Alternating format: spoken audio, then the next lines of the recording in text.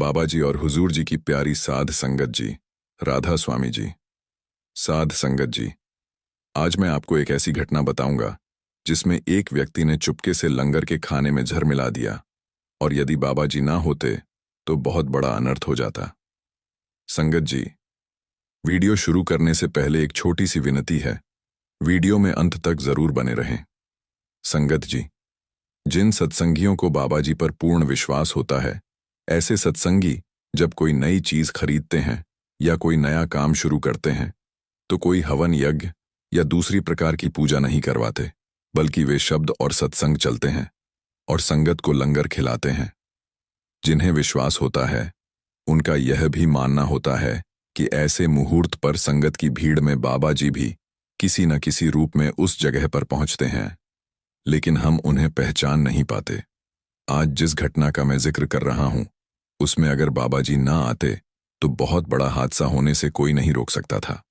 साध संगत जी, उत्तर प्रदेश में एक छोटा सा शहर मिर्जापुर है। यह शहर तो छोटा है, लेकिन हैंडलूम प्रोडक्ट्स जैसे कालीन के कारोबार में इस शहर का एक अच्छा नाम है।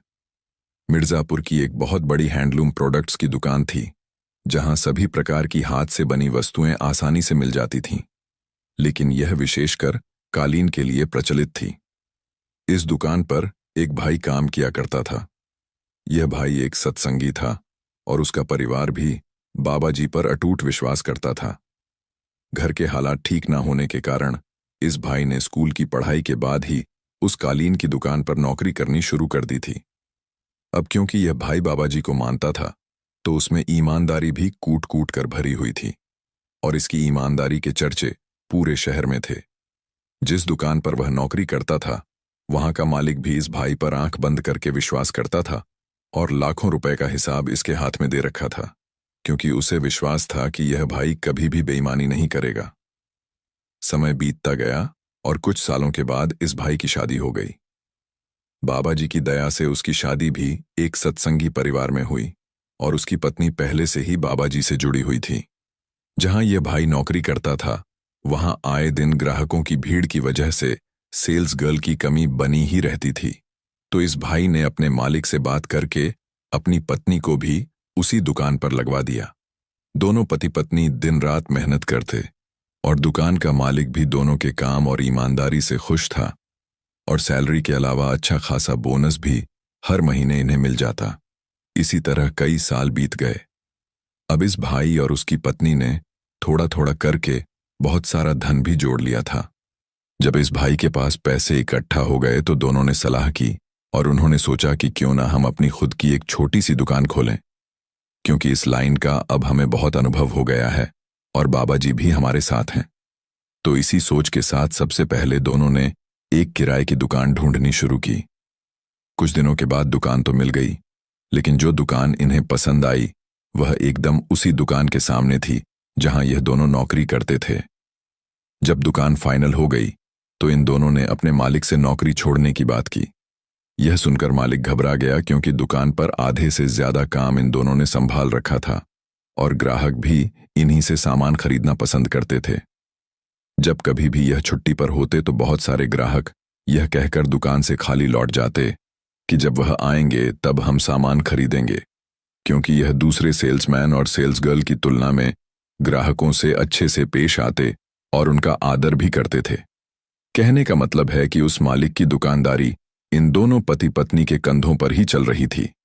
जब मालिक को पता चला कि वह दोनों नौकरी छोड़ रहे हैं तो मालिक ने इन्हें बहुत ज्यादा समझाया, इनकी सैलरी बढ़ाने की भी बात कही, लेकिन क्योंकि ये अब निर्णय ले चुके थे कि इन्हें खुद की दुकान ही खोलनी है, इसीलिए ये दोनों मालिक के लाख समझाने पर भी नहीं माने और वहां से नौकरी छोड़कर चले गए।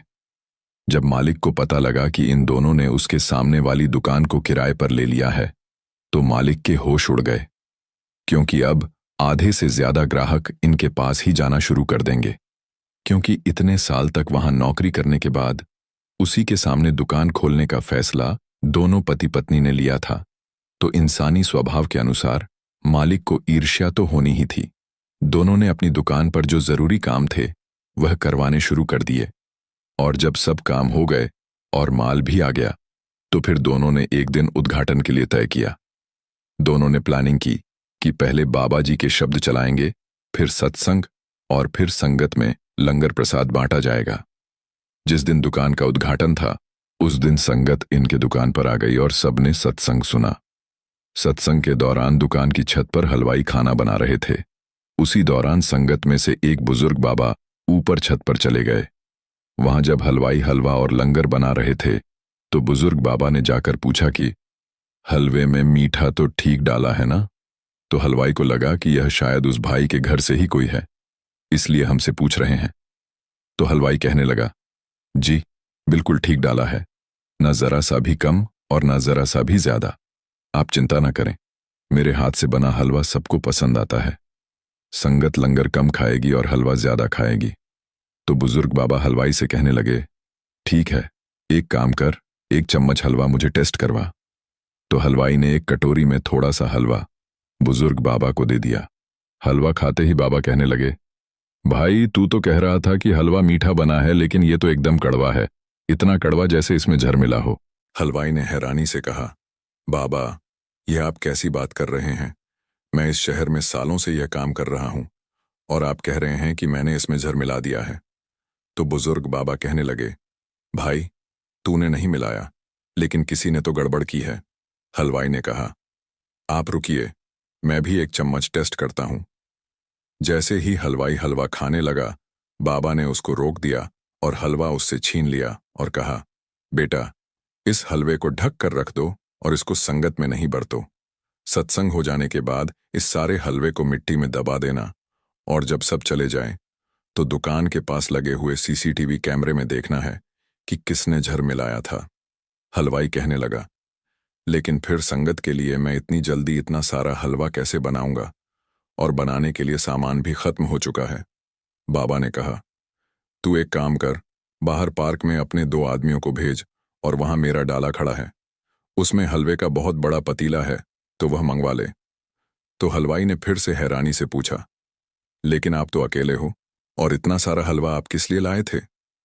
तो बुजुर्ग बाबा कहने लगे, मेरा होटल है और मैं ये हलवा लोगों में बंटवाने के लिए ही ले जा रहा था, लेकिन जब मैं यहां से गुजर रहा था तो यहां सत्संग हो रहा था, इसलिए मैं सत्संग सुनने के लिए रुक गया। अब जल्दी से वहां किसी को भेज और हलवा मंगवा ले। इतना कहकर बुजुर्ग बाबा वहां से चले गए। हलवाई ने बाबा के कहे अनुसार उनकी गाड़ी से हलवा मंगवा लिया। सत्संग के बाद संगत ने लंगर खाया, हलवा भी खाया और सब अपने अपने घर चले गए। जब वह भाई और उसकी पत्नी हलवाई के पैसे देने के लिए छत पर हलवाई से मिले, तो उन्होंने देखा कि बहुत बड़े पतीले में हलवा बचा हुआ है। तो दोनों कहने लगे कि आप इस हलवे को छोटी छोटी प्लेट में डाल दो और हम इस हलवे को बाहर आने जाने वाले लोगों में बांट देते हैं। तो हलवाई कहने लगा कि लेकिन इसमें जहर मिला हुआ है। यह सुनते ही वह दोनों बड़े ही हैरान हो गए और पूछने लगे कि यह आप क्या कह रहे हैं? हलवाई ने बुजुर्ग बाबा वाली सारी बात बता दी और कहा कि मुझे कुछ नहीं पता वह कौन थे, लेकिन वह कह रहे थे कि सामने लगे सीसीटीवी में सब रिकॉर्ड हो चुका है।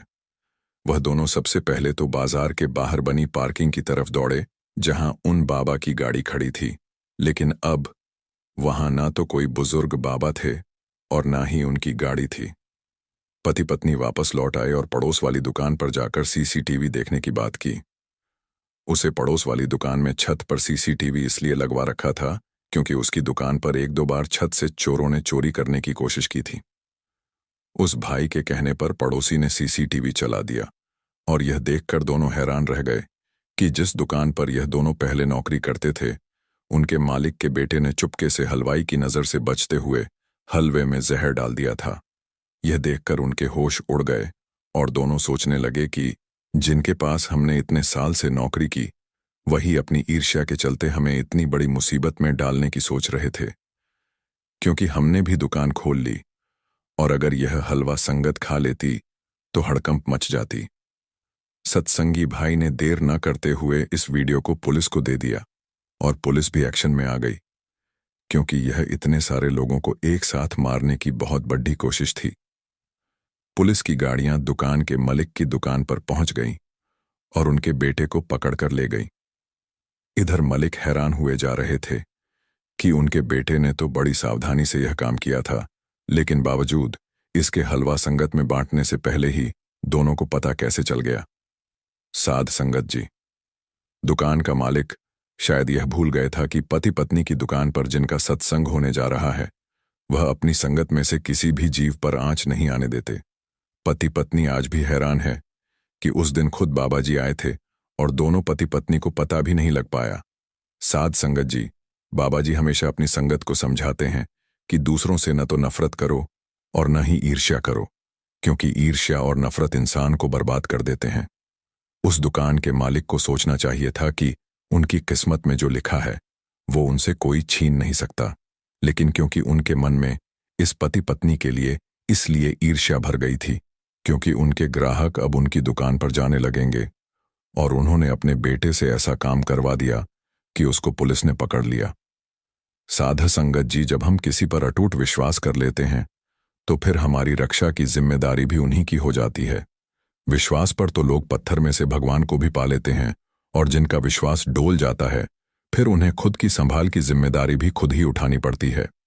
साध संगत जी, अगर हमारा परमात्मा पर विश्वास अटल होता है तो परमात्मा भी हमारा विश्वास कभी टूटने नहीं देता। ऐसे ही एक बार का जिक्र है। एक स्त्री किसी महापुरुष की सेवा किया करती थी। महात्मा का डेरा नदी के पार था। उसका यह नियम था कि हर रोज महात्मा के लिए दूध ले जाना, सत्संग सुनना और वापस आ जाना। पहाड़ी इलाकों में कई जगह जरूरत के मुताबिक दरिया पर पुल बांध देने का रिवाज है। जब बर्फ पिघलने शुरू होती है तो पुल तोड़ देते हैं। जब पुल टूट जाता है तो वहां आना जाना बंद हो जाता है। यह इलाका भी इसी तरह का था। कुछ समय तो वह स्त्री महात्मा की सेवा करती रही। आखिर एक दिन कहने लगी, महात्मा जी, मैं रोज दूध लाती थी, कल पुल टूट जाएगा, इसलिए पुल से मैं नहीं आ सकूंगी। उन्होंने कहा, एक शब्द तुम्हें बताते हैं, उसे याद कर लो और उस शब्द को पढ़ती हुई पानी पर से इसी तरह आया जाया करना जिस तरह पुल या जमीन पर चलते हैं। सुबह रोज दूध लेकर आती और वापस चली जाती। किसी भी साधु को पता चला, उसने उसे माई को बुलाकर पूछा कि तू क्या पढ़ती है जिससे पानी में डूबती नहीं। उसने उसे शब्द बता दिया। अब शब्द में ताकत तो देने वाले अभ्यासी में से आती है, न कि केवल बोलने से। लेकिन उस साधु को क्या पता मन में कहता है, अच्छा चलो चलकर आजमाते हैं। वह अपने शिष्यों की टोली को साथ ले आया। एक रस्सी लेकर अपनी कमर से बांध ली और शिष्यों से कहा कि अगर मैं डूबने लगूं तो मुझे खींच लेता। उसे क्या मालूम कि यह तो भरोसे, मेहनत और गुरु की दया की चीज थी। अब वह शब्द पढ़ता हुआ वह पानी में दाखिल हुआ ही था कि वह डूबने लगा। फौरन चीखा, खींचो। शिष्यों ने एकदम खींच लिया। सद्गुरु उसकी मदद करते हैं जो उन पर पूरा भरोसा रखता है। उसी शब्द में ताकत है जो किसी संत सद्गुरु ने बख्शा हो। बाबा जी की प्यारी साध संगत जी, सभी को प्यार भरी राधा स्वामी जी। संगत जी, आज हम आपको 2 साखियां सुनाने वाले हैं। दोनों साखियां पूरे ध्यान से सुने जी, अगर आप भी गुरु के अंदर दर्शन करना चाहते हैं।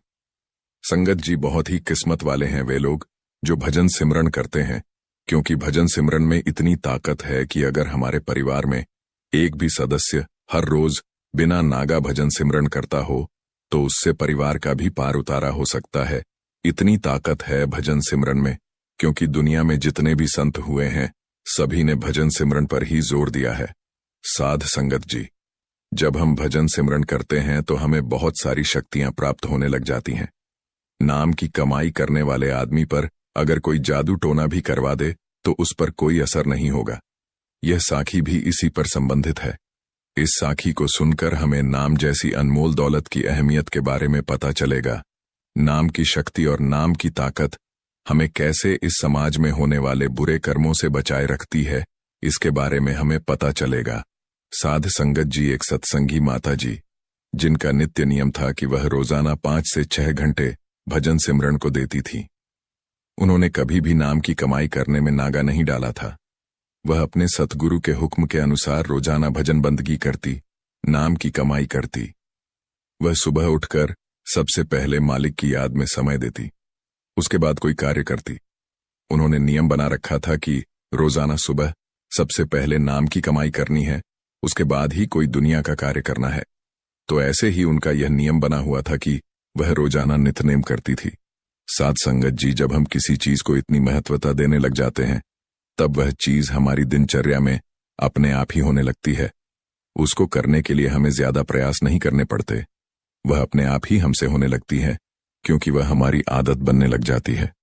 कुछ सत्संगियों की शिकायत रहती है कि हमसे भजन सिमरन नहीं होता क्योंकि उन्हें समय नहीं मिल पाता या फिर उनको और बहुत दूसरे काम होते हैं जिसके कारण उनसे भजन सिमरन नहीं होता। कुछ सत्संगियों का कहना है कि वह सिमरन के लिए बैठते हैं लेकिन उनका मन नहीं लगता, मन इधर उधर भटकता रहता है और दुनियावी कामों में लगा रहता है जिसकी वजह से उनके नाम सिमरन नहीं हो पाता। लेकिन जो मालिक के सच्चे प्रेमी होते हैं वह मन लगे या ना लगे वह समय जरूर देते हैं। कितना भी जरूरी कार्य हो सबसे पहले भजन सिमरन करते हैं और मालिक उन पर एक न एक दिन कृपा कर ही देता है। इसी तरह एक माता भी थी जो रोजाना मलिक का नाम सिमरन किया करती थी जिसका प्रभाव उनके घर वालों पर भी पड़ता था। वह उनको भी अक्सर बोला करती थी कि सुबह उठकर सबसे पहले मालिक की याद में बैठा करो, थोड़ा समय ही सही लेकिन बैठा करो, उसके बाद ही कोई कार्य किया जाना चाहिए। लेकिन साध संगत जी, जिस पर उस कुल मालिक की कृपा होती है वह उसी को अपनी भक्ति में लगाता है, नाम की कमाई करने में लगाता है। तो इसी तरह माता के घर वाले उनकी बात सुन तो लेते थे लेकिन अमल में नहीं लाते थे। लेकिन माता की कमाई का घर वालों पर भी असर पड़ता था। साध संगत जी, जैसे कि आप जानते हैं कि अगर गुलाब का फूल हो तो वह सुगंध तो देता ही है और उसी के साथ साथ आसपास भी उसकी सुगंध का असर पड़ता है, उसका प्रभाव रहता है। तो ऐसे ही नाम की कमाई करने वाले भी एक गुलाब के फूल की तरह खिल जाते हैं। वह हमेशा ही प्रसन्न रहते हैं और जहां वह रहते हैं उनका प्रभाव आसपास रहने वाले लोगों पर भी पड़ता है, परिवार पर भी पड़ता है। तो इसी तरह माता का अपने परिवार वालों पर भी प्रभाव था, लेकिन उनके पड़ोस से कुछ अनबन थी जिसकी वजह से वह उनको बुलाते नहीं थे। उनका कुछ झगड़ा था जिसकी वजह से वह एक दूसरे को बुलाते नहीं थे और वह झगड़ा चलता ही रहता था। माता जी ने अपने परिवार वालों को बहुत बार समझाया कि आप कुछ मत बोला करो, अगर वह कुछ कहते भी हैं तो चुप रहो, मालिक सब देख रहा है। माता जी अक्सर अपने परिवार वालों को यही बात कहा करती थी, हमें चुप रहना चाहिए, उन्हें जो करना है उन्हें करने दो, उन्हें जो बोलना है उन्हें बोलने दो, लेकिन तुम चुप रहो। एक दिन किसी बात को लेकर बात इतनी आगे बढ़ गई कि वह लड़ने झगड़ने लग पड़े। सभी गांव वाले इकट्ठे हो गए, आसपास के सब लोग इकट्ठे हो गए क्योंकि झगड़ा बहुत बढ़ गया था। माताजी ने उन्हें शांत करने की कोशिश की लेकिन कोई बात नहीं बनी। वह एक दूसरे को मारने काटने के लिए तैयार हो गए। इसी बात को लेकर बहुत लड़ाई हुई। कोई पानी से संबंधित समस्या थी जिसके कारण वह लड़ झगड़ रहे थे। उसके बाद आसपास के लोगों ने उनको शांत किया, लेकिन कुछ दिनों बाद फिर वैसे ही लड़ाई हुई। तो इसके बाद उनके पड़ोस वालों ने सोचा कि क्यों ना इन पर कोई जादू टोना करवाया जाए। तो वह यह सब करवाने के लिए उन लोगों के पास जाने लगे जो लोग यह सब काम करते हैं। तो जब उन्होंने उन पर जादू टोना करवाने की कोशिश की तो उस तांत्रिक ने उनसे कुछ चीज मांगी, जैसे कि उनके परिवार वालों की तस्वीरें और अन्य वस्तुएं, जिससे कि वह अपना काम कर सके। तो उन्होंने यह सब कर दिया। जैसे ही उसने यह सब करने की कोशिश की उस तांत्रिक के हाथ रुक जाते। उसने बार बार करने की कोशिश की लेकिन फिर ऐसे ही होता। गहराई में जाने के बाद उसे यह मालूम हुआ कि उनके परिवार में कोई है जिसकी वजह से मेरा जादू टोना असफल हो रहा है। उनके परिवार में कोई तो है जो एक बहुत बड़ी शक्ति से जुड़ा हुआ है, उस शक्ति के आगे हम भी कुछ नहीं है। तब उसे मालूम हुआ कि उनके परिवार में एक माता जी है जिनके कारण उसका हर किया गया कार्य असफल हो रहा है। उसने उनके सामने हाथ जोड़ दिए और कहा कि आज तक ऐसा नहीं हुआ कि कोई मेरे पास आए और मैं उसका काम ना कर सकूं। आज पहली बार ऐसा हुआ है कि मैं अपने कार्य में असफल हुआ हूं। वह केवल इसीलिए हुआ है क्योंकि जिन पर आप यह सब करवाने की बात कह रहे हो उनके पूरे परिवार पर यह माताजी की कृपा है, इनका प्रभाव है। आप तो क्या बड़े से बड़े तांत्रिक भी इनका कुछ नहीं बिगाड़ सकता। मैं तो फिर भी कुछ नहीं हूं।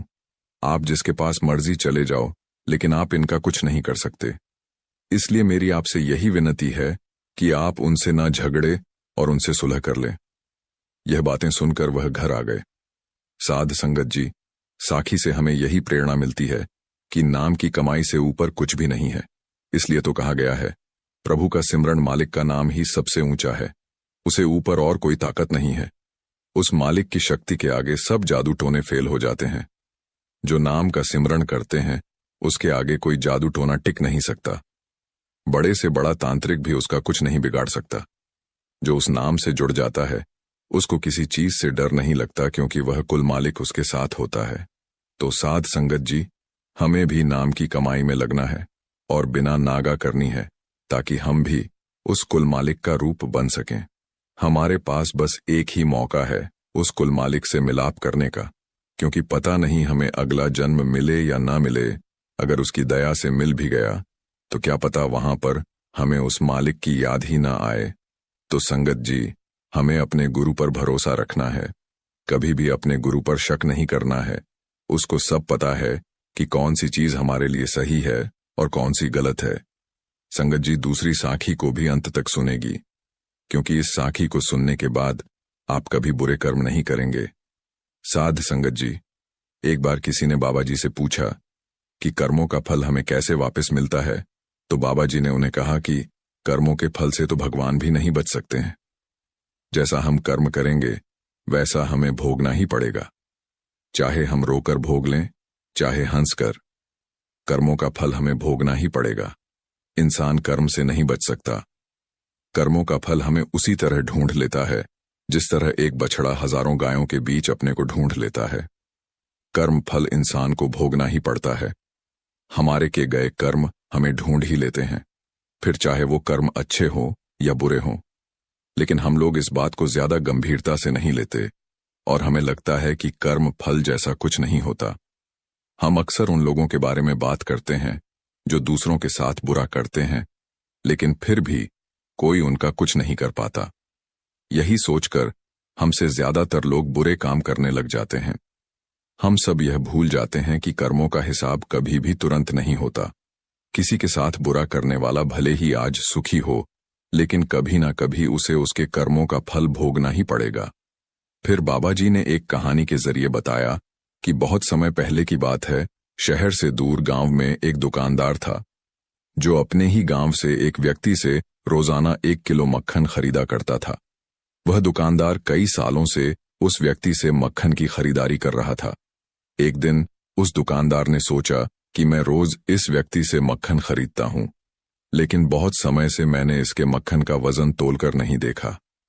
कल तोल कर देखूंगा कि यह मक्खन 1 किलो से कम तो नहीं देता।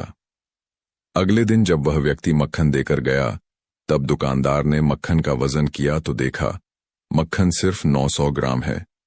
उस दुकानदार को काफी गुस्सा आ गया। वह दुकानदार गुस्से में गांव के पंचायत के पास गया और उसने उस व्यक्ति की शिकायत कर दी। गांव की पंचायत बैठी और उस व्यक्ति को बताया गया कि तुम पर इस दुकानदार ने धोखा देने का आरोप लगाया है। तुम इस दुकानदार को देने वाले मक्खन में हेराफेरी करते हो और हर बार तुम इसे 1 किलो मक्खन की जगह सिर्फ 900 ग्राम ही देते हो। क्या तुम्हें अपनी सफाई में कुछ कहना है? वह व्यक्ति बोला, सरपंच जी, मैं तो एक गरीब आदमी हूं। मेरे पास वजन तोलने के लिए सही माप नहीं है। मैं रोज इस दुकानदार से अपने लिए 1 किलो गेहूं खरीदता हूं और अगले दिन उसी गेहूं को तराजू के एक तरफ रखकर इस दुकानदार के लिए मक्खन तौलता हूं। अब आपको जो भी पूछना है इस दुकानदार से पूछिए। पंचायत में बैठे सभी लोगों को पूरी सच्चाई समझ आ गई और उन्होंने उस दुकानदार को गांव से बाहर करवा दिया। ये छोटी सी कहानी हमें ये बात सिखाती है कि जैसे कर्म हम करेंगे उसका रिजल्ट भी हमें वैसा ही मिलेगा। हमारी चालाकी ही हमारा नुकसान कर देती है। हम जो भी दूसरों को देते हैं या दूसरों के साथ जैसा भी व्यवहार करते हैं वह कभी ना कभी लौटकर हमारे पास ही आता है। किसी के साथ अच्छा करोगे तो आपके साथ भी अच्छा ही होगा।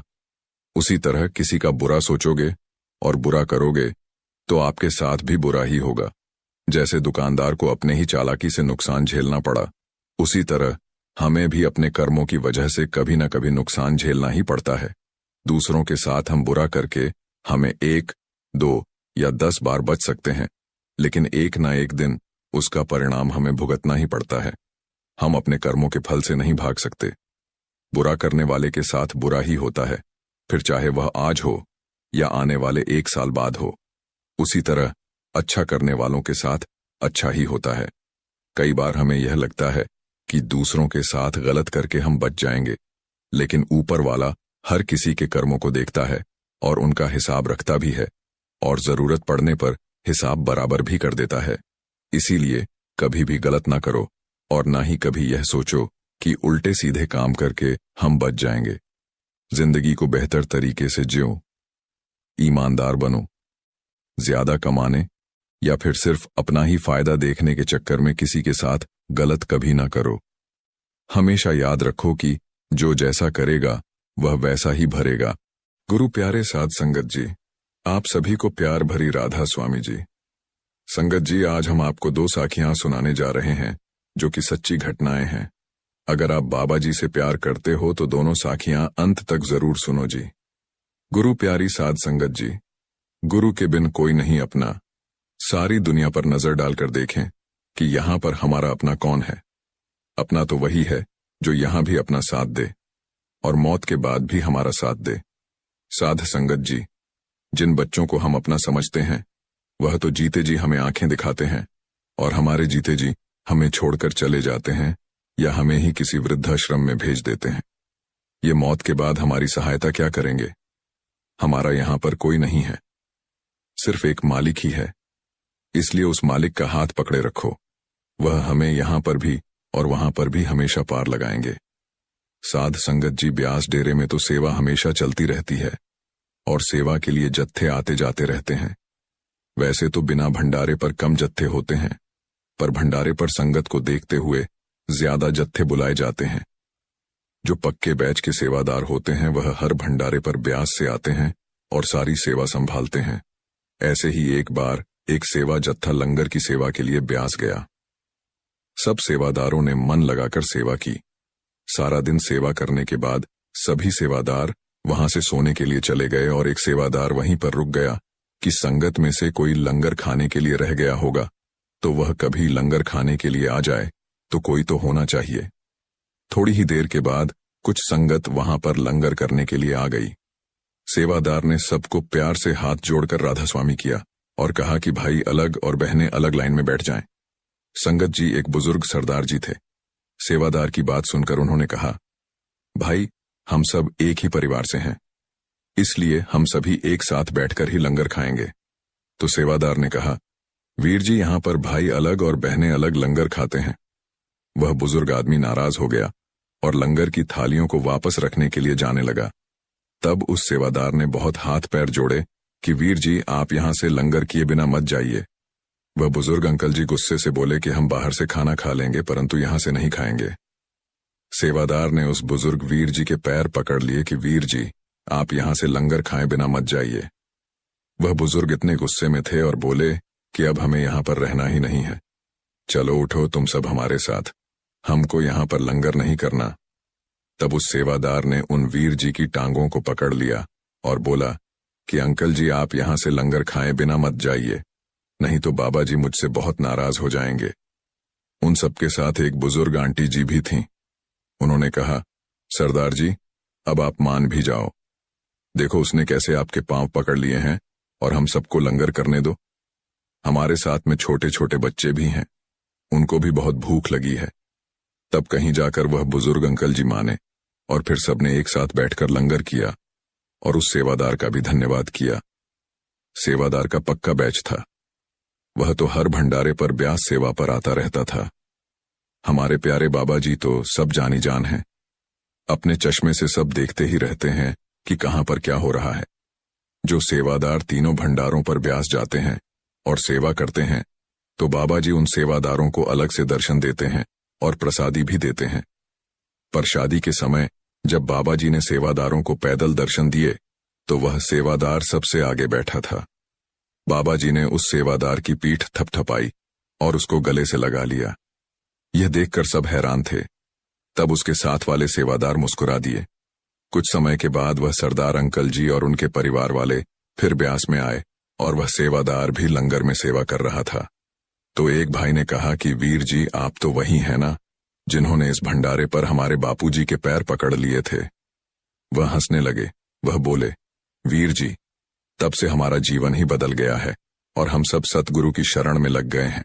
आपकी नम्रता ने हमारे पूरे परिवार का दिल जीत लिया है। बाबा जी की दया मेहर आप पर सदा बनी रहे और आप हमेशा स्वस्थ रहें और गुरु घर में बढ़ चढ़कर सेवा करते रहें। इसी के साथ एक छोटी सी साखी और है। एक सत्संगी पिता पुत्र थे। उनका शहर में बहुत बड़ा ढाबा था। बहुत से लोग उनके ढाबे पर खाना खाने आते थे और कई लोग खाना अपने साथ पैक भी करवा कर ले जाते थे और कोई ऑर्डर करके भी मंगवा लेते थे। उन्होंने अपने ढाबे पर बहुत से लड़के काम करने के लिए रखे हुए थे। वह सुबह 11 बजे से रात को 11 बजे तक काम करते थे। एक रात 11 बजे तक सभी लड़के अपना अपना काम करके घर चले गए। उसके बाद उनको एक फोन आया। फोन पर कोई बुजुर्ग आदमी था। उसने कुछ खाने का ऑर्डर दिया तो पिता ने कहा कि अब तो सब लड़के चले गए हैं, अब हम आपका खाना नहीं भेज सकते। अगर आप चाहो तो आकर ले जाओ, हम आपका इंतजार करेंगे। उस बुजुर्ग ने कहा, मेरी पत्नी की तबीयत बहुत खराब है, अभी अभी इसे पीजीआई से वापस लेकर आए हैं, मैं उसे बिल्कुल भी अकेला नहीं छोड़ सकता। हम दोनों के सिवाय हमारे घर में कोई नहीं है।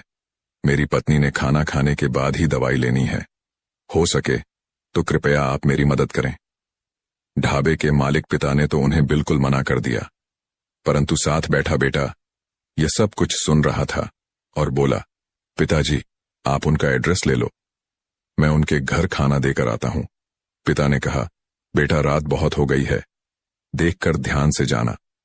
जब वह लड़का उस घर में ऑर्डर देने गया तो वह बुजुर्ग आदमी बहुत खुश हो गया और उसने उस लड़के को बहुत दुआएं दी। जब वह ऑर्डर देकर वापस मुड़ा तो एक कुत्ता सामने डस्टबिन में मुंह मार रहा था। मुझे देखकर वह मेरी ओर दौड़ा और मेरी बाइक के पास आकर मुझे बड़े प्यार से देखने लगा। मैंने उसके मुंह को हाथ लगाया और पूछा, भूख लगी है? तो वह कुत्ता मुझे बड़े प्यार से देख रहा था कि शायद यह मुझे कुछ खाने को दे दे।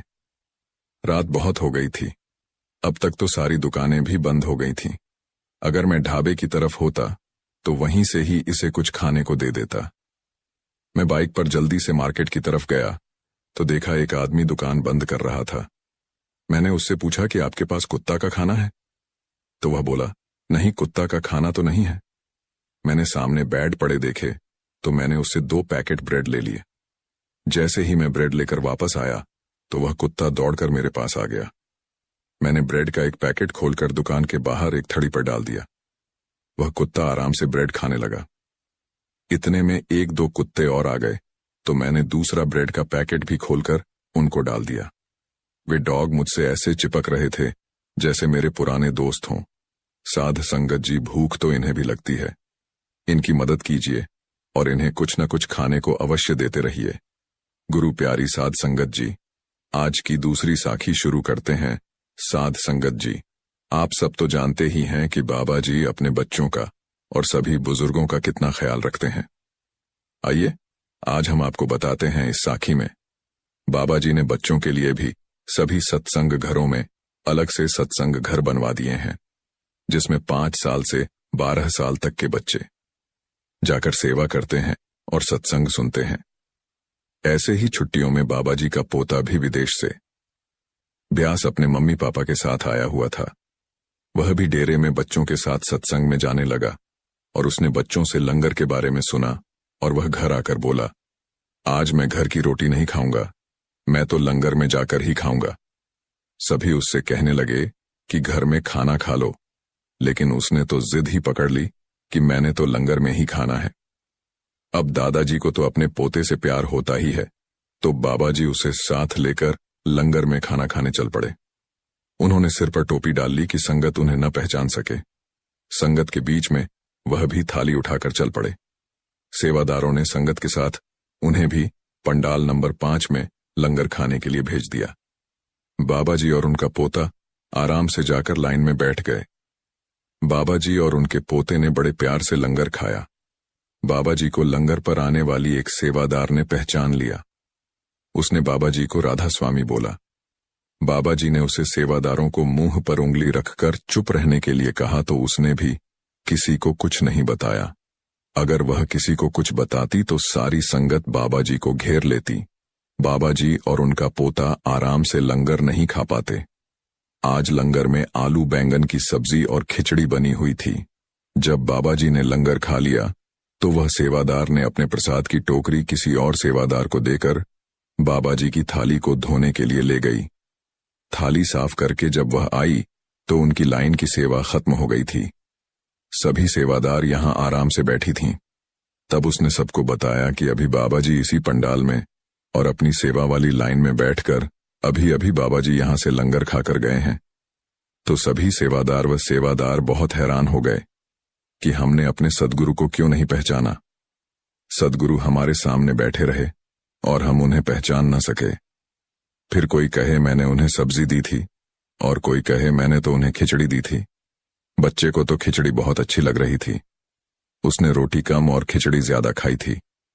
घर जाने के बाद दादा पोते में जो वार्ता हुई उसके बारे में हम आपको बताते हैं। दादाजी, लंगर में जो रोटी सब्जी, रोटी दोनों अच्छी थी और जो खिचड़ी थी वह तो बहुत अच्छी थी। तो बाबा जी अपने पोते से बोले, बेटा मेरे सेवादार इसे 3 चीजों से मिलाकर बनाते हैं। वह बच्चा बोला, वह कैसे? बाबा जी ने कहा, दाल, चावल, पानी, यानी सेवा, सिमरन और भजन करते हुए बड़े प्यार से बनाते हैं। खिचड़ी हल्की होती है, बच्चे और बूढ़े बीमार आराम से खा सकते हैं। पोता बोला, दादाजी आप सबका कितना ख्याल रखते हैं? तो बाबा जी बोले, बेटा जो लोग इतनी दूर दूर से मुझसे मिलने आते हैं या डेरा घूमने के लिए आते हैं तो उनका ख्याल मुझे ही तो रखना है। बाबा जी ने बुजुर्गों के लिए भी अलग सत्संग घर बना दिए हैं ताकि बुजुर्ग संगत सीधा सत्संग के लिए बसों से पंडाल में पहुंच जाए। बाबा जी ने उन बुजुर्गों के रहने के लिए लुधियाना और जालंधर में सेंटरों में इंतजाम करवा दिए हैं। वहां पर भी सेवादारों को लंगर की और बुजुर्गों के रहने की सेवा करने का मौका दे दिया है। जो बुजुर्ग संगत ब्यास में सत्संग सुनने के लिए आती है उनको वहीं पर बैठे बैठे ही प्रसाद और पैक लंच दे दिए जाते हैं ताकि बुजुर्ग संगत को कोई परेशानी न हो। उन संगत के लिए चाय का प्रबंध भी बुजुर्गों के पंडाल में ही करवा दिया है। हमारा सद्गुरु हमारा कितना ख्याल रखते हैं, लेकिन हम हैं कि उनका बिल्कुल भी कहना नहीं मानते। बाबा जी कहते हैं कि मेरे पीछे पीछे भागने से या मेरे कपड़ों को हाथ लगाने से या मेरी बार बार वीडियो बनाने से आप लोगों को कुछ नहीं मिलना। सत्संग के वक्त बाबा जी ने गुस्से में बताया कि कुछ दिन पहले वह एक जगह पर किसी के भोग पर गए थे। वहां पर हमारे रिश्तेदार कम थे और संगत ज्यादा थी। संगत द्वारा वहां पर बहुत बेअदबी की गई। बाबा जी ने समझाया कि उनके पीछे भागने, कपड़े पकड़ने, गाड़ी को छूने से मुक्ति नहीं है। बाबा जी ने कहा, असली दर्शन हमें अंदर से करने हैं, बाहर से नहीं। संगत जी, हम शायद बाबा जी के सत्संग को ध्यान से सुनते ही नहीं। अगर सुनते होते तो समझते कि हमारे बाबा जी हमें क्या समझाना चाहते हैं। 30 जून रविवार के दिन ब्यास भंडारे पर बहुत भीड़ थी और बहुत तेज बारिश भी हुई। लेकिन बाबा जी के लिए संगत न सर्दी देखती है और न ही गर्मी और न ही बरसात देखती है। सारी संगत बारिश में खूब भीग चुकी थी। उस बारिश में संगत को तेज गर्मी से भी खूब राहत थी। स्टेज पर आने से पहले बाबा जी के लिए सेवादार ने 2 बार पर्दा खोला, पर बाबा जी अंदर नहीं आए। शायद वह किसी से बातें करने लग गए थे। जब तीसरी बार पर्दा खुला तो बाबा जी स्टेज पर आए। बाबा जी के स्टेज पर आते ही होता है एक चमत्कार। सारी संगत एकदम से चुप हो जाती है। पूरे पंडाल में शांति छा जाती है। सबकी नजर अपने सद्गुरु को ही देख रही होती है। सद्गुरु स्टेज पर आकर पहले सारी संगत को माथा टेकते हैं। राधा स्वामी बोलते हैं। वह नजारा तो देखने वाला होता है कि कब मालिक आकर अपनी दूर पास बैठी पूरी संगत पर अपनी दया मेहर की दृष्टि डालते हैं। सद्गुरु का है नूरी स्वरूप, बड़ा प्यारा लगता है। फिर 8:30 बजे सत्संग शुरू हुआ और बाबा जी ने तुलसी साहब की वाणी ली। दिल का हुजरा साफ कर जाना, आने के लिए ध्यान गैरों को हटा उसको बिठाने के लिए। बाबा जी ने बताया कि गोस्वामी तुलसीदास जी अलग हैं और तुलसी साहब जी अलग हैं। बाबा जी ने सत्संग में खोलकर समझाया कि चाहे कितनी भी धर्म हो, कोई भी धर्म हो, यह नहीं कहता कि मालिक 2 हैं। मालिक एक ही है। दुनिया में हर किसी के मन में जात पात के कारण एक दूसरे के खिलाफ नफरत भरी हुई है। हर कोई अपने ही धर्म को ऊंचा दिखाने में लगा हुआ है। लेकिन जब उस परमात्मा ने यह दुनिया बनाई थी तब न तो कोई धर्म था, न ही कोई जात पात। यह सब दुनिया के द्वारा बनाई गई है। बाबा जी ने समझाया कि मन में मैं लेकर उस परमात्मा को याद करोगे तो कोई फायदा नहीं होने वाला। बाबा जी ने कहा कि हमें अगर किसी बर्तन में कुछ रखना है तो उस बर्तन को साफ करके ही रखेंगे, लेकिन अगर हम अपने मन में उस परमात्मा को बिठाना चाहते हैं तो सबसे पहले अपने मन को साफ करना पड़ेगा, और यह जात पात और ऊंच नीच जैसी नफरत को अपने मन से निकालकर मन को पूरी तरह से साफ करना पड़ेगा। मन साफ किससे होगा? भजन सिमरन से। गुरु प्यारी साध संगत जी हुजूर महाराज चरण सिंह जी कहते हैं, जब तक मालिक को मंजूर ना हो तब तक हमारा ख्याल उसकी ओर जा ही नहीं सकता। वह मालिक खुद ही हमें अपनी ओर खींचता है। हम सोचते हैं कि हम उस मालिक से प्यार करते हैं, परंतु असल में वह खुद ही हमें अंदर से अपनी ओर खींचता है। वह खुद ही हमें अपना प्यार बख्शता है। यह जो प्रेम है वह भी मालिक की ही अपनी बख्शीश है। जब तक उस मालिक को मंजूर न हो तब तक हम उस कुल मालिक के बारे में सोच भी नहीं सकते। साध संगत जी, एक सत्संगी परिवार ने अपने प्यारे बाबा जी का स्वागत ऐसे शानदार ढंग से किया कि आप सुनकर हैरान रह जाएंगे। एक बुजुर्ग आदमी हर रविवार सत्संग में जाते थे, सत्संग सुनते थे और बाबा जी को जो हाथ जोड़कर नया स्वरूप कैनवस पर आया है वह बाबा जी का बड़ा स्वरूप लेना चाहते थे। वे जब भी बुक स्टॉल में जाकर पूछते कि बाबा जी का नया स्वरूप है क्या, तो सत्संग घर वाले सेवादार कहते, भाई साहब 2 फोटो आई थी, वह बिक गई, अगली बार जब आएगी आप फिर ले लेना। वह वहां से चुप करके वापस आ जाते। ऐसे ही 3-4 बार वह बाबा जी का स्वरूप लेने के लिए गए, पर उनको वह स्वरूप नहीं मिला। बाबा जी का नया स्वरूप आते ही सत्संग घर के सेवादार बुक स्टॉल से पहले ही ले जाते थे और उन अंकल जी को बाबा जी की नई फोटो नहीं मिली। एक दिन वह शनिवार को ही सत्संग में आ गए तो उन्होंने देखा बुक स्टॉल में कुछ सेवादार काम कर रहे हैं, तो वह वहां पर चले गए और बोले, भाई साहब क्या मुझे बाबा जी का नया स्वरूप मिल जाएगा? तो सेवादारों ने कहा, हाँ अंकल जी मिल जाएगा। सेवादार कहने लगे, अंकल जी अभी अभी ही बुक स्टॉल का सामान आया है, आप तो कितने समय से सत्संग घर में बाबा जी का नया स्वरूप मांग रहे हैं। वह बोले, जब बाबा जी हमारे घर आना चाहेंगे तभी तो आएंगे, मर्जी तो स्कूल मालिक की ही चलेगी, हमारी थोड़ी चलेगी। वह सत्संग घर से बाबा जी का बड़ा हाथ जोड़ने वाला स्वरूप लेकर गए और कार में आगे वाली सीट पर बड़े आदर भाव से रखकर अपने घर चल दिए। घर जाकर उन्होंने अपने घर की घंटी बजाई और घर के सभी लोगों को बाहर आने को कहा और बोले, देखो आज हमारे घर प्यारे प्यारे बाबा जी आए हैं, अब आप सभी मिलकर प्यारे प्यारे बाबा जी का प्यार से स्वागत करो। सबने बारी बारी बाबा जी के स्वरूप को हाथ जोड़कर राधा स्वामी बोला और फिर स्वरूप को उठाकर अपने घर में अंदर लेकर गए। अंदर जाकर सबने बाबा जी के पधारने का धन्यवाद किया और सबने हाथ जोड़कर बाबा जी की विनती की और बाबा जी का मिश्री का प्रसाद भी खाया। तब बुजुर्ग अंकल जी बोले, आज बाबा जी ने हमारे घर में आना था। मैं तो कब से सत्संग घर वालों से इस स्वरूप के बारे में पूछ रहा था, लेकिन हर रविवार को मेरे जाने से पहले ही बाबा जी का स्वरूप कोई ले जाता था। आज सुबह जब मैं सिमरन करने के लिए बैठा तो बाबा जी ने ही मुझे कहा कि तुम आज घर चले जाओ, क्योंकि आज मेरे सद्गुरु ने हमारे घर आना था। इसलिए मैं शनिवार को ही सत्संग घर में चला गया और बाबा जी का यह प्यारा स्वरूप ले आया। अंकल जी बोले, समय से पहले किसी को कुछ भी नहीं मिल सकता। बाबा जी का आना हमारे घर पर आज ही तय था, तो बाबा जी पहले कैसे आ जाते? सभी हाथ जोड़कर बाबा जी का शुक्र शुक्र करने लगे। शुक्र, मालिक का शुक्रदाता, आपका बहुत बहुत शुक्रिया। इसी के साथ एक छोटी सी साखी और है। एक शख्स ने बाबा जी से सवाल पूछा कि बाबा जी, हम सत्संग में आते हैं, सत्संग खत्म होने के बाद हम फिर दुनिया के काम धंधों में उलझ जाते हैं, तो सत्संग सुनने का हमें क्या कोई फायदा होता है? तो बाबा जी ने कहा कि बड़े महाराज जी कहते थे कि पत्थर को अगर आप पानी में रखो तो वह गलेगा नहीं, लेकिन जितनी देर वह पानी में रहेगा उतनी देर वह सूरज की गर्मी से जरूर बचा रहेगा। इसलिए आप सत्संग में आए और आपने 45 मिनट का सत्संग सुना।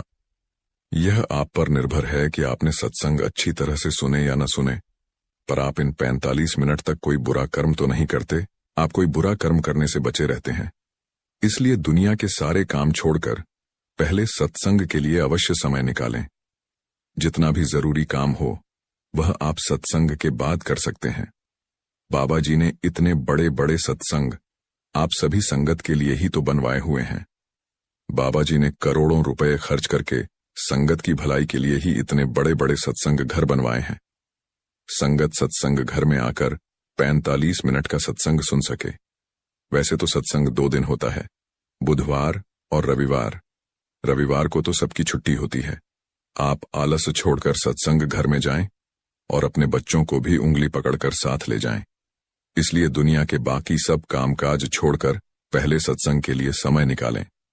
सत्संग की पवित्र गंगा, जिसमें स्नान करने से मनुष्य लोक और परलोक में सुखी हो जाता है।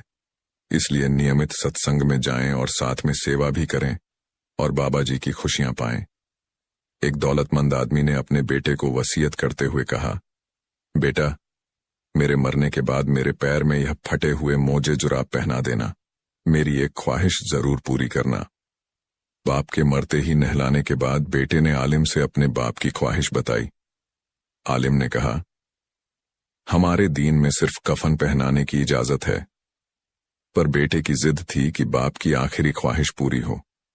उन लोगों में बहस इतनी बढ़ गई कि शहर के बड़े बड़े लोगों को इकट्ठा किया गया, लेकिन कोई भी नतीजा नहीं निकला। इसी माहौल में एक शख्स आया और आकर बेटे के हाथ में बाप का लिखा हुआ एक खत पकड़ा दिया, जिसमें उसके बाप ने उसके लिए नसीहत लिखी हुई थी। मेरे बेटे, देख रहे हो मेरे पास कितनी दौलत है, बंगला है, गाड़ियां हैं और बड़ी बड़ी फैक्ट्रियों का मालिक हूं और मेरा फार्म हाउस भी है। उस सब के बावजूद भी शहर का माना हुआ बड़ा सेठ हूं और मैं एक फटा हुआ मोजा तक भी अपने साथ नहीं ले जा सकता। बेटा, एक रोज ये सब तुम्हारे साथ भी होना है। तुम्हें भी मौत आएगी तो तुम अभी से जाग जाओ। मेरी तरह तुम्हें भी एक दिन सिर्फ एक कफन में ही जाना पड़ेगा। कब्र में तुम्हारे साथ सिर्फ तुम्हारे अच्छे कर्म ही जाएंगे जो तुम अब करोगे। सबसे उत्तम कर्म है किसी पूर्ण संत सत्पुरुष के नाम लेकर उनका कहना मानना और भजन सिमरन को पूरा समय देना। यह काम तुम अवश्य करना। ये अंत में तुम्हारा साथी होगा। साध संगत जी, जिसके सिर पर बाबा जी का हाथ होता है, उस बंदे का बाबा जी कभी भी कुछ बुरा नहीं होने देते। जाना तो इस दुनिया से हम सबको है। कुछ लोग खाली हाथ आते हैं और वैसे ही खाली हाथ चले जाते हैं। बस अपनी सारी जिंदगी बस कमाया, खाया, सोया और चल दिया, यानी अपना समय पूरा करने आते हैं। लेकिन बहुत सारे लोग ऐसे भी होते हैं जो इस दुनिया में आकर अपना समय व्यर्थ नहीं करते। वह बाबा जी से नाम लेकर और गुरु घर में सेवा करके, भजन सिमरन करके अपनी जिंदगी को सफल बनाते हैं। लेकिन जब कोई जीव अपने बाबा जी की शरण में जाता है, सेवा करता है, तो वह उसे कैसे काल के मुंह से अपने जीव को बचाकर ले आते हैं। इस साखी में आपको पता चलेगा कि बाबा जी ने 2 बच्चों को कैसे एक बड़ी मुसीबत से बचाया। शायद यह सुनकर आपका विश्वास अपने प्यारे बाबा जी पर और भी बढ़ जाए। 2 जवान बच्चे थे। दोनों बच्चे अलग अलग शहर में रहते थे। पढ़ लिख कर जब वह बड़े हुए तो उन दोनों बच्चों की नौकरी दिल्ली की एक बड़ी कंपनी में लग गई। कंपनी में वह एक साथ काम करते थे। एक साथ काम करते करते उन दोनों में बहुत प्यार हो गया और उस समय के साथ साथ उनकी दोस्ती इतनी गहरी हो गई कि वह दोनों बच्चे एक दूसरे के घर भी आने जाने लगे। उन बच्चों में से एक बच्चा जो था वैसे संघी परिवार से था और उस बच्चे को डेरे में जाना और वहां पर जाकर सेवा करना बहुत अच्छा लगता था। जो दूसरा बच्चा था वह सत्संगी परिवार से नहीं था। उसके परिवार वाले देवी माता की पूजा किया करते थे, परंतु यह बच्चा भी साफ दिल का था और अपने दोस्त की आस्था का पूरा सम्मान किया करता था। दोनों ने वहीं कंपनी के पास ही एक छोटा सा कमरा ले रखा था। जो बच्चा बाबा जी को मानता था उसने अपनी मेज पर व्यास की कुछ किताबें भी रखी हुई थीं। जब उसे समय मिलता या मन में कोई परेशानी होती तो वह यह किताब उठाकर पढ़ता था। जो दूसरा लड़का था उसने भी 1-2 किताबें पढ़ी और उसकी समझ में कुछ नहीं आया। उसने अपने दोस्त से पूछा, यह किस चीज के बारे में बताया गया है? तो उसने कहा, कभी छुट्टियां होंगी तो तुम मेरे साथ ब्यास चलना। अब धीरे धीरे सब तुम्हारी समझ में आ जाएगा। वह दोनों सुबह ड्यूटी पर कंपनी की गाड़ी से जाते थे और शाम को इकट्ठे ही वापस आ जाते थे। एक बार उस कंपनी में कुछ दिन के लिए स्ट्राइक हो गई, जिसके कारण इन दोनों बच्चों को 3-4 दिन की छुट्टियां हो गईं। इस कारण सत्संगी लड़के ने सोचा कि ब्यास में भंडारा है। जब से मेरी नौकरी लगी है मैं ब्यास नहीं गया। अब 3-4 दिन की छुट्टी है तो क्यों ना मैं ब्यास जाकर सेवा कर रहा हूं और अपने प्यारे बाबा जी के दर्शन भी करूं। सत्संग सुनो। इस बात का जिक्र जब उसने दोस्त से किया और उसको कहा कि मैं ब्यास जा रहा हूं, अगर तुम भी इस दुनिया में स्वर्ग देखना चाहते हो तो एक बार मेरे साथ ब्यास चलो। तो उसके दोस्त ने कहा, मैं यहां पर अकेला क्या करूंगा। वह भी ब्यास चलने को राजी हो गया। उन्होंने तत्काल में अपनी टिकट बुक करवा ली और वीरवार शाम को यह दोनों ट्रेन में बैठकर डेरे पहुंच गए। सत्संगी परिवार का बच्चा तो अक्सर डेरे में आता रहता था, लेकिन जो उसका दोस्त था वह तो डेरे में पहली बार ही आया था। जब उसने अंदर आकर डेरे की खूबसूरती को देखा तो यह सब देखकर वह बहुत प्रभावित हुआ। उसके दोस्त ने उसे बताया कि यहां का जो काम है वह सब बाबा जी के सेवादार करते हैं। हम तो जब भी यहां पर आते हैं सेवा करते हैं। अगर तुम भी मेरे साथ सेवा करना चाहते हो तो बड़ी खुशी से कर सकते हो। उसका दोस्त कहने लगा, तुम सेवा करोगे तो मैं यहां अकेला क्या करूंगा, मुझे तो कोई जानता भी नहीं। ठीक है, मैं भी तुम्हारे साथ यहां पर सेवा कर लेता हूं। फिर वह दोनों कैंटीन में जाकर जत्थेदार से मिले। वह तो उस लड़के को जानते थे तो वह बोले, बेटा तुम अपनी मम्मी पापा के साथ क्यों नहीं आए। तो उसने कहा, अंकल वह तो यहां से लुधियाना से आए हैं, मैं तो दिल्ली नौकरी करता हूं। 2-3 दिन की छुट्टियां थी, मैंने सोचा ब्यास चलते हैं, अपने परिवार से भी मिल लेंगे और सत्संग सुन लेंगे और बाबा जी के दर्शन सब हो जाएगा।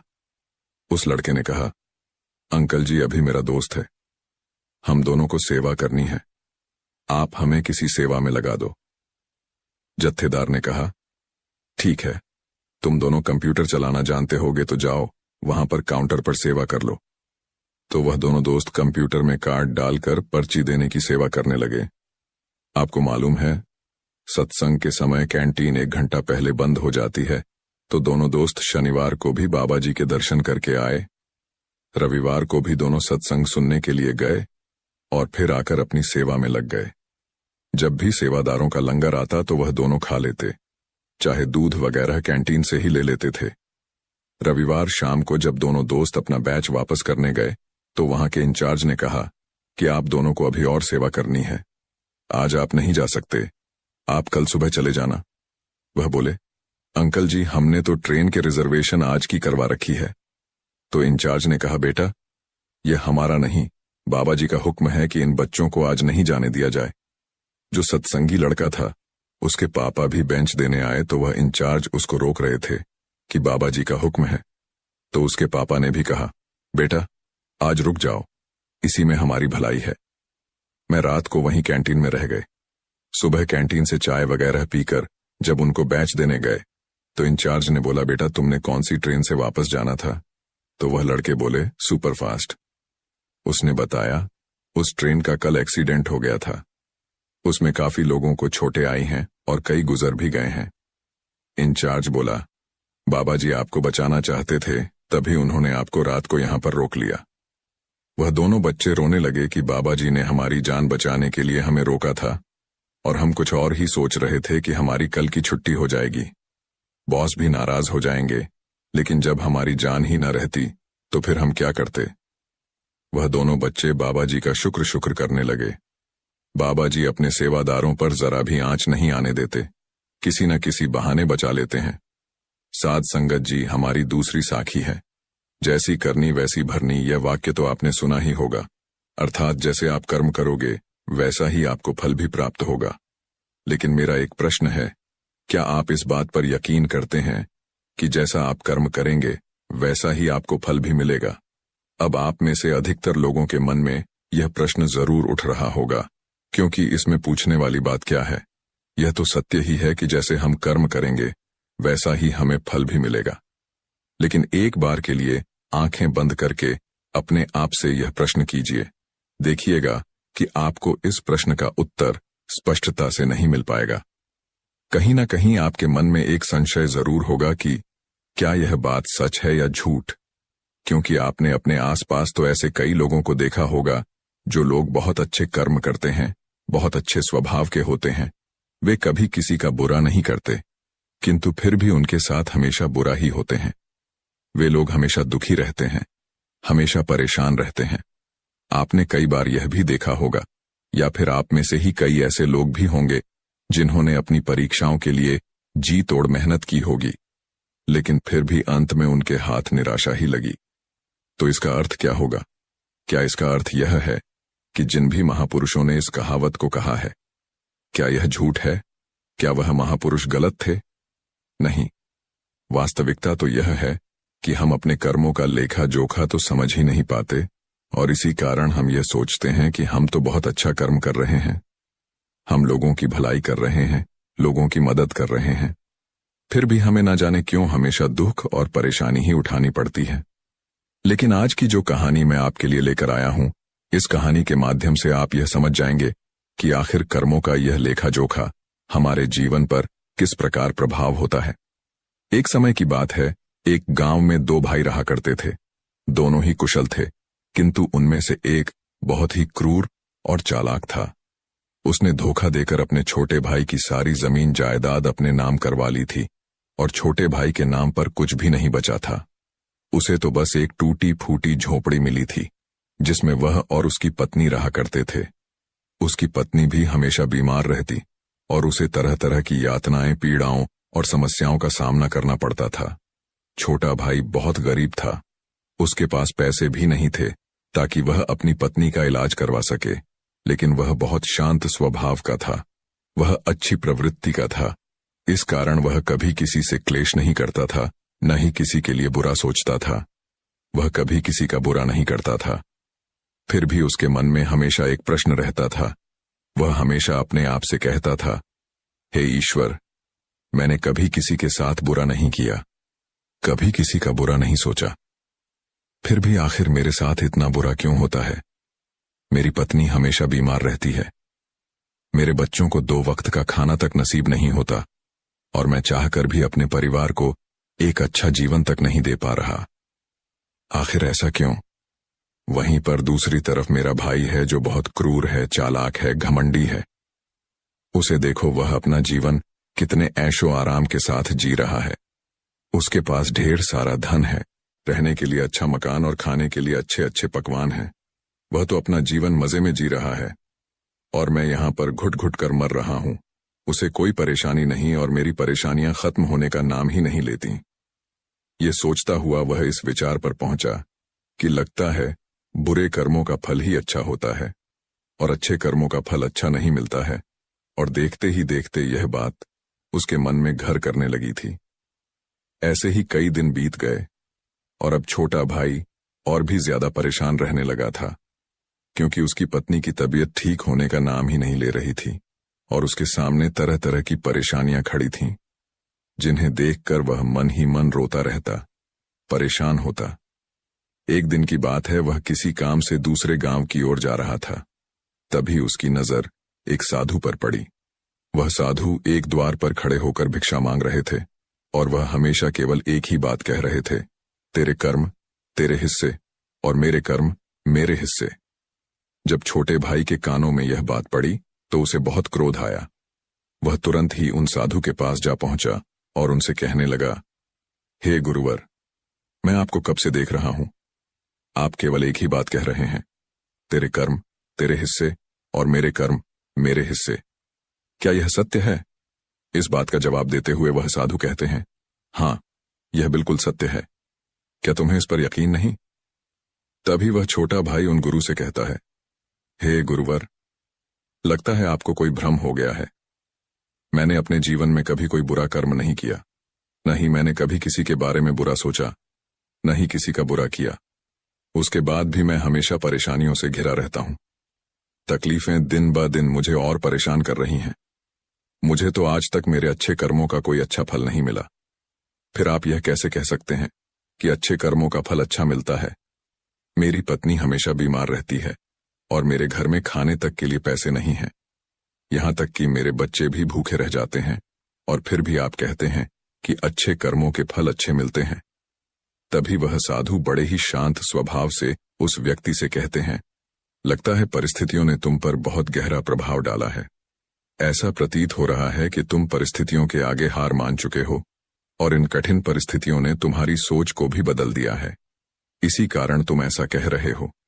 इस पर वह व्यक्ति कहता है, हे गुरुवर, ऐसा लगता है कि खुद परिस्थितियों से हार कर दूसरों के घर भिक्षा मांगकर भोजन ग्रहण कर रहे हो और मुझे कहते हो कि मैंने परिस्थितियों के सामने हार मान ली है। मुझे आपका यह भाषण नहीं सुनना, मैं जा रहा हूं।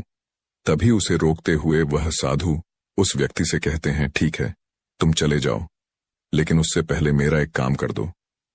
वह व्यक्ति कहता है, अरे मैं कोई काम नहीं करने वाला, मैं तो जा रहा हूं। तभी वह साधु कहते हैं, बेटा, मैं जानता हूं तुम्हारे मन में क्या प्रश्न है। तुम इस बात से परेशान हो कि तुमने अच्छे कर्म किए और उसके बाद भी तुम्हें अच्छे फल नहीं प्राप्त हो रहे। लेकिन क्या तुम इस प्रश्न का जवाब नहीं जानना चाहते? क्या तुम यह नहीं जानना चाहते कि तुम्हारे साथ ऐसा क्यों हो रहा है? यह सुनकर वह छोटा भाई कुछ देर के लिए चुप हो गया और कुछ देर सोच विचार करने के बाद वह कहता है, अच्छा ठीक है, बताइए मुझे क्या करना होगा। तभी वह साधु उस व्यक्ति से कहते हैं, मेरा बस एक छोटा सा काम कर दो। कल सुबह सुबह तुम मेरे लिए कुछ फल लेकर मेरे आश्रम आ जाना, और जब तुम वहां पर आओगे तो मैं तुम्हें तुम्हारे सभी प्रश्नों का उत्तर तुम्हें दे दूंगा और तुम्हें यह भी समझ में आ जाएगा कि तुम्हारे साथ ही ऐसा क्यों हुआ। इतना कहकर वह साधु अपना भिक्षा पात्र लेकर वहां से अपने आश्रम की ओर चलने लगे। लेकिन वह व्यक्ति कुछ देर के लिए वहीं पर खड़ा रह गया और यह सोचने लगा कि क्या उसे फल लेकर उन गुरु के आश्रम में जाना चाहिए या नहीं। यही सोचता हुआ वह घर लौट आया। रात भर उसके मन में केवल यही प्रश्न था कि मैं उनके पास फल लेकर जाऊं या ना जाऊं। देखते ही देखते सुबह होने लगी और अब उस छोटे भाई ने यह तय कर लिया कि वह फल लेकर उन गुरु के आश्रम जरूर जाएगा। वह घर से निकलता है और कुछ फल खरीदता है, जिसे लेकर वह उन गुरु के आश्रम की ओर चल पड़ता है। उन गुरु का आश्रम थोड़ी दूर पर था और उसका रास्ता पास के ही जंगल से होकर गुजरता था, इसलिए उस रास्ते पर कोई हलचल भी नहीं थी और जगह जगह पर लंगूर और बंदर दिखाई दे रहे थे। जब वह छोटा भाई फल लेकर उन गुरु के आश्रम जा रहा था, तभी उन बंदरों को देखकर उसके मन में यह विचार उठता है कि क्यों न यह फल वह उन बंदरों को खिला दे। लेकिन तभी उसे याद आता है कि उन गुरु ने उसे वह फल आश्रम लाने को कहा है, इसलिए वह जैसे तैसे अपने मन को मनाकर उन गुरु के आश्रम की ओर चल पड़ता है और देखते ही देखते कुछ देर में वह उन गुरु के आश्रम पहुंच जाता है। वह उन्हें प्रणाम करके उनसे कहता है, यह देखिए, मैं आ गया और जैसा कि आपने कहा था कुछ फल लाने के लिए, वह भी मैं लेकर आया हूं। अब तो मुझे बता दीजिए कि आखिर मेरे साथ ही ऐसा क्यों होता है। तभी वह साधु मुस्कुराते हुए उस व्यक्ति से कहते हैं, बताता हूं, लेकिन उससे पहले तुम मेरे एक प्रश्न का उत्तर दो। तभी वह व्यक्ति कहता है, यह कौन सा प्रश्न है? तभी वह साधु कहते हैं, जब तुम मेरे आश्रम की ओर आ रहे थे और तुम्हारे मन में जब यह विचार उठा कि तुम यह फल उन बंदरों को खिला दो, तो तुमने ऐसा क्यों नहीं किया? यह सुनकर वह व्यक्ति बड़ा आश्चर्यचकित हुआ। उसे यह समझ ही नहीं आ रहा था कि आखिर जो विचार उसके मन में उठा था वह उन साधु को कैसे पता चला। तभी वह व्यक्ति दोनों हाथ जोड़कर उन साधु से कहता है, हे गुरुदेव, यह बात तो मेरे मन में थी, किंतु आपको कैसे पता चला कि मैं बंदरों को फल खिलाना चाहता था? तभी वह साधु मुस्कुराते हुए उस व्यक्ति से कहते हैं, बेटा, जरूरी यह नहीं कि मुझे यह बात कैसे पता चली। जरूरी तो यह है कि तुमने उन बंदरों को यह फल क्यों नहीं खिलाया। वह व्यक्ति कुछ देर के लिए सोच में पड़ गया और उसने हड़बड़ाते हुए उन साधु को जवाब दिया, क्योंकि आपने मुझे यह फल आपके पास लाने के लिए कहा था। तभी वह साधु उस व्यक्ति से कहते हैं, बेटा, जिस तरह से एक बछड़ा हजारों गायों में भी अपनी मां को ढूंढ ही लेता है, ठीक उसी प्रकार कर्मकर्ता को ढूंढ ही निकालता है। जैसे कि यह कर्म मेरे हाथों से ही लिखा था कि मैं ही इन बंदरों को यह फल खिलाऊंगा, इसलिए तुम यह फल उन बंदरों को ना खिला सके और यह फल तुम मेरे पास लेकर आए। इतना कहकर उन साधु ने वह फल उन बंदरों को खिलाना शुरू कर दिया। लेकिन वह व्यक्ति अब तक उन साधु की बात का मतलब नहीं समझ पाया था। वह उन साधु से कहता है, हे गुरुवर, आप क्या कहना चाहते हैं? मुझे आपकी बात कुछ समझ नहीं आई, कृपया करके मुझे साफ और स्पष्ट तौर पर समझाएं। तभी वह साधु मुस्कुराने लगे और व्यक्ति से कहते हैं, हम मनुष्यों को हमेशा से यही लगता है कि हम ही करता है और हम ही कर्म करते हैं, लेकिन वास्तविकता तो कुछ और है। यहां पर समझने वाली बात यह है कि कर्म हमारा चुनाव खुद करता है, हम कर्म का चुनाव नहीं करते। यदि आप किसी काम को करने के योग्य हैं तो कर्म आपको लाखों लोगों की भीड़ में से भी ढूंढकर निकाल ही लेगा। इसीलिए जरूरी यह है कि कर्म करने पर नहीं बल्कि योग्य बनने पर ध्यान दो। यदि तुम्हारा पूरा ध्यान केवल कर्म करने पर होगा तो तुम कभी भी योग्य नहीं बन पाओगे और कभी भी कर्म तुम्हारा चुनाव ही नहीं करेगा। इस पर वह व्यक्ति कहता है, हे गुरुवर, योग बनने से आपका क्या मतलब है? आपका कहना है कि क्या मैं अपने परिवार का पालन पोषण नहीं कर सकता? तभी वह साधु उस व्यक्ति से कहते हैं, नहीं नहीं, मेरे कहने का अर्थ यह नहीं है। मैं तो तुमसे यह कहना चाहता हूं, योग्य बनने के लिए जिन कर्मों की आवश्यकता होती है उसके लिए तुम्हें पहले छोटे छोटे कामों को करना शुरू करना होगा, और जब तुम उन कामों में निपुण हो जाओगे, कुशल हो जाओगे, इतने योग्य बन जाओगे, तो बड़ा कर्म, या फिर यूं कहें कि यह मुख्य कर्म जिस कर्म के लिए तुम बने हो, वह कर्म तुम्हें ढूंढ ही लेगा और वह कर्म तुम्हारे पास खुद ही चला आएगा। उदाहरण के तौर पर तुम इन बंदरों को ही देख सकते हो। ये बंदर जब छोटे होते हैं तब से ही यह पैरों पर चलना सीखते हैं, गुलाटी लगाना सीखते हैं, दौड़ना सीखते हैं, छलांग लगाते हैं। शुरू शुरू में इसे तकलीफ होती है कि कभी गिर जाते हैं तो कभी इन्हें चोट भी लगती है, लेकिन धीरे धीरे यह उन कामों में निपुण हो जाते हैं, कुशल हो जाते हैं और उसके बाद इनका भोजन इन तक स्वयं ही पहुंच जाता है। इसीलिए अपनी रोजमर्रा की जिंदगी में भी छोटे छोटे कर्म करते रहो तो बड़ा कर्म तुम तक खुद चला आएगा और तुम किसी भी बड़े लक्ष्य को प्राप्त कर सकोगे। आगे वह साधु उस व्यक्ति से कहते हैं, और यदि तुम योग्य बनने के लिए कर्म करोगे ही नहीं तो दूसरे लोगों के कर्म भी तुम पर हावी होने लगेंगे, तुम्हारे जीवन को प्रभावित करने लगेंगे। उदाहरण के लिए तुम्हारी पत्नी को ही ले लो। तुम्हारी पत्नी कई दिनों से बीमार है और उसकी तबीयत ठीक ही नहीं हो रही, और तुम यह सोचते हो कि पता नहीं तुम्हें किन कर्मों की सजा मिल रही है। तुम अपने आप को अभागा समझते हो, असहाय महसूस करते हो, लेकिन वास्तविकता तो कुछ और ही है। तुम्हें यहां पर यह समझने की आवश्यकता है कि तुम्हारी पत्नी बीमार अपने कर्मों से है, न कि तुम्हारे कर्मों से। हो सकता है कि तुम्हारी पत्नी ने अतीत में ऐसा कोई कर्म किया हो जिसकी सजा वो आज भुगत रही है, और तुम्हारी पत्नी के कर्मों के कारण ही तुम्हें भी दुख झेलना पड़ रहा है, तकलीफें उठानी पड़ रही हैं, परेशानियों का सामना करना पड़ रहा है। और यही कारण है कि अधिकांश लोग अपने परिवार के कारण, अपने बच्चों के कारण तरह तरह के दुख झेलते रहते हैं, तरह तरह की परेशानियों का सामना करते रहते हैं।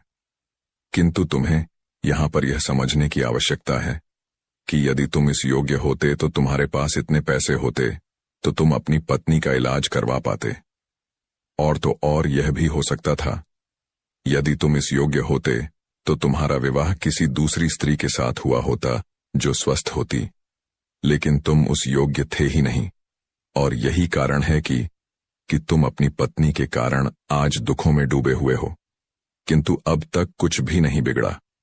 यदि तुम अब भी योग्य बन जाओ तो दूसरों के कर्म तुम्हें कभी भी प्रभावित नहीं कर पाएंगे। आगे वह सन्यासी उस युवक को चेतावनी देते हुए कहते हैं, मेरी एक बात हमेशा याद रखना, तुम्हें वह नहीं मिलता जो तुम चाहते हो, बल्कि तुम्हें वह मिलता है जिसके तुम योग्य हो। इसीलिए कर्म करने से ज्यादा योग्य बनने पर ध्यान दो, अपनी योग्यता बढ़ाओ। केवल कर्म का फल पाने के लिए कर्म मत करो, और फिर तुम कभी भी इन परेशानियों से निकल नहीं पाओगे। तभी वह व्यक्ति उस साधु के सामने दोनों हाथ जोड़कर उनसे कहता है, हे गुरुवर, आप हमेशा योग्य बनने की बातें कर रहे हैं, किंतु आप यह नहीं बता रहे हैं कि मैं अपनी योग्यता को किस तरह से बढ़ाऊं ताकि मेरा मुख्य कर्म मुझे ढूंढ ले। तभी वह साधु उस व्यक्ति से कहते हैं, यह तो बड़ा ही सरल है, फिर भी लोगों के लिए यह बहुत कठिन हो जाता है। सबसे पहला उपाय यह है कि जो भी कर्म तुम कर रहे हो उस कर्म को कर कर भूल जाओ, अर्थात योग्य बनने के लिए जो भी कर्म तुम कर रहे हो उसे याद न रखो, उसे भूल जाओ। ये मत सोचो कि जो तुमने कर्म किया है उसका फल तुम्हें कब और क्या मिलेगा। इसीलिए तो कहा जाता है कि कर्म करो, फल की चिंता मत करो। यदि तुम्हारा मन हमेशा फल की चिंता में ही लगा रहेगा तो इसका अर्थ यह हुआ कि तुमने वास्तविक तौर पर कोई कर्म किया ही नहीं। और हम में से अधिकांश लोग यही गलती करते हैं। उन्हें लगता है कि वह एक अच्छा कर्म कर रहे हैं जिसका फल भी उन्हें अच्छा ही मिलेगा। उनका सारा ध्यान केवल फल पर होता है और यही कारण है कि वह अधिकांश समय दुखी होते हैं, क्योंकि जब उन्हें फल नहीं मिल पाता, या फिर यूं कहें कि जब उन्हें अपने मनवांछित फल नहीं मिल पाता, तो उनके मन को ठेस पहुंचती है और वे लोग दुखी रहने लगते हैं, परेशान रहने लगते हैं और हमेशा यही सोचते हैं कि मैंने तो अच्छे कर्म किए थे, फिर भी मुझे अच्छे फल क्यों नहीं मिल रहे। और उनका यही सोचना उन्हें अपने लक्ष्य से भटका देता है। हाँ, आप यह जरूर कर सकते हैं, अपना कर्म करने के बाद उसका आकलन जरूर करें, लेकिन फल की चिंता न करें। तभी वह व्यक्ति उन साधु से कहता है, हे गुरुवर, आप कह रहे हैं फल की चिंता मत करो, लेकिन जो कर्म किए हैं उसका आकलन जरूर करो। यह कैसे संभव है? तभी वह साधु बड़े ही शांत स्वभाव से उस व्यक्ति से कहते हैं, बनते, जब तुम कोई कर्म करते हो तो तुम्हारे मन में हमेशा फल की चिंता होती है, जबकि तुम्हारे मन में फल की चिंता न होकर यह चिंता होनी चाहिए कि जो भी कर्म मैंने किए हैं, क्या उस कर्म में मैंने अपना 100% दिया है या नहीं। जब मैं वह काम कर रहा था तो मेरा ध्यान पूरी तरह से उस काम पर था या नहीं, कहीं मेरा ध्यान भटक तो नहीं रहा था। यदि तुम इन चीजों पर विचार करोगे या प्रश्न खुद से करोगे, तभी वास्तविक तौर पर तुम खुद का आकलन कर पाओगे। और जब तुम पूरे ध्यान के साथ किसी कर्म को करोगे तो तुम्हारे ध्यान की शक्ति भी बढ़ेगी और तुम्हारे कर्म करने की योग्यता भी बढ़ेगी। किंतु यदि तुम यह सोचते हो कि तुम्हें तो केवल कर्म करना है और केवल यही सोचकर तुम कर्म करते चले जाओगे, तो तुम्हें कर्म का फल कभी प्राप्त नहीं होगा और न ही तुम कभी योग्य बन पाओगे। इसलिए कर्म करने के बाद आकलन जरूर करो। ये देखो कि जब तुम वो काम कर रहे थे तो तुम्हारा ध्यान, तुम्हारा शरीर, तुम्हारा मन पूरी तरह से उस कार्य पर था या नहीं।